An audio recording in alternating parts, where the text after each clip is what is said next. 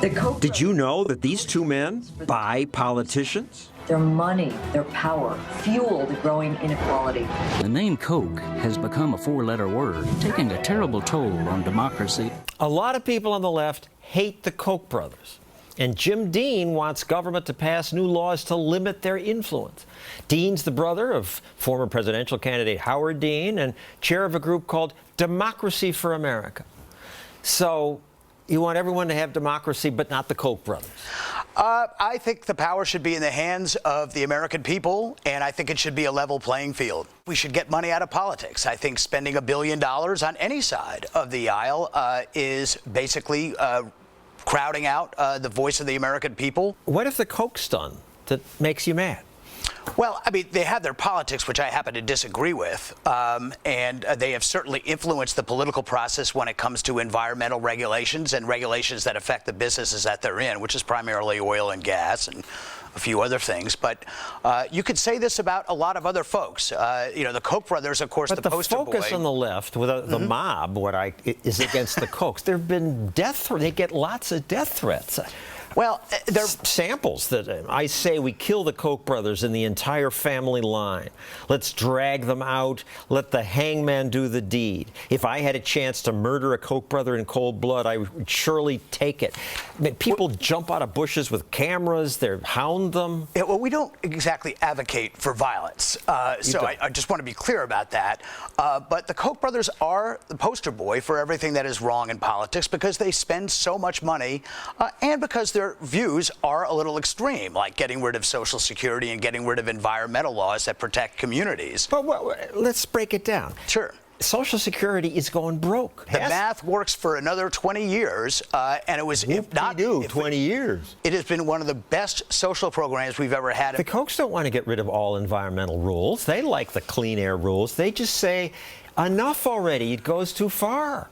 Well, they've been convicted of a felony in violation of environmental rules. They run a huge company. Every which they big company has for years and years. They spend a lot of money, of course. I mean, they've just announced they're spending almost $1 billion, and that makes them a lightning rod for a lot of folks that want to get money out of politics.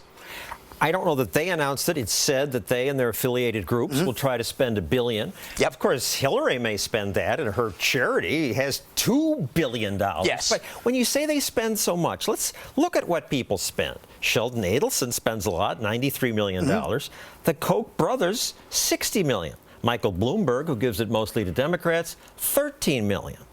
Okay, let's add this, the news cycle, Tom Steyer, the big environmental activist who you like, $73 million, more than the Kochs.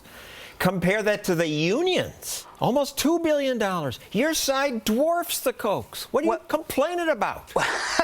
Well, if it's billionaire versus billionaire, that is not helpful. It doesn't matter whether they're on your side or whether they're on the other side. The left isn't screaming at George Soros or Tom Steyer. We would, you know, George Soros and Tom Steyer would gladly get money out of politics and gladly support campaign finance reform.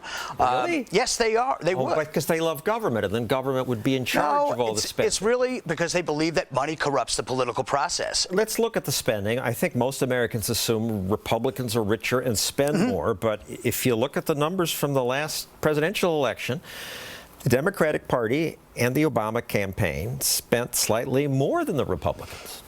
Well, I think that's the first time in my lifetime. We don't like it when Democrats play the same game. Regarding the Koch brothers, I should disclose that I've spent time with both David and Charles. In the past, they've paid me to speak at a few of their events. I gave the money to charities. I like both of them. I think they're doing something wonderful. David's the more visible brother. He lives in New York City. He once ran for office, and he appears in the society pages. Charles stayed in Kansas, where he runs the company. He grew it more than 100-fold, and that's a good thing. That's real wealth creation, jobs for people and products that we want. And he preaches free markets. He's against subsidies, even for his own company. He'd get rid of them if everybody else would. You should like this guy. While wealth creation may be a good thing, and I don't dispute that, I do not think that that entitles anybody to control the outcome of the political process. The Koch brothers are pro-immigration, anti-drug war. They want less defense spending. They just got praised by Attorney General Holder for their campaign to jail fewer people and have criminal justice reform. Why is the left so mad? The Koch brothers represent the ones that are donating. They're the folks that are donating by far the largest amount of money. They are. But they're not. The unions devote much more money to this. $1 billion is $1 billion. And the unions, by the way, I would question that statistic on the unions because most unions. It's from the Huffington Post. Okay, but nonetheless, the unions are hardly a singular force. And the Koch brothers themselves are a singular force. They represent a small family that is an advocate for their oil and gas business, which, as you've mentioned, has grown a great deal.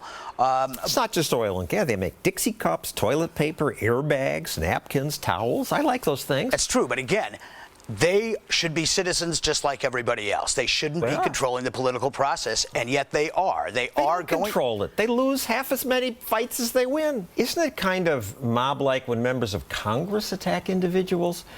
Jim's mob blames them for everything. The majority leader blames them for climate change. They are one of the main causes of this.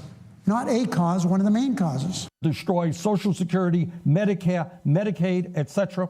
Bring us back to the 1920s. This is what threatens democracy. John Boehner doesn't do things like that about private individuals.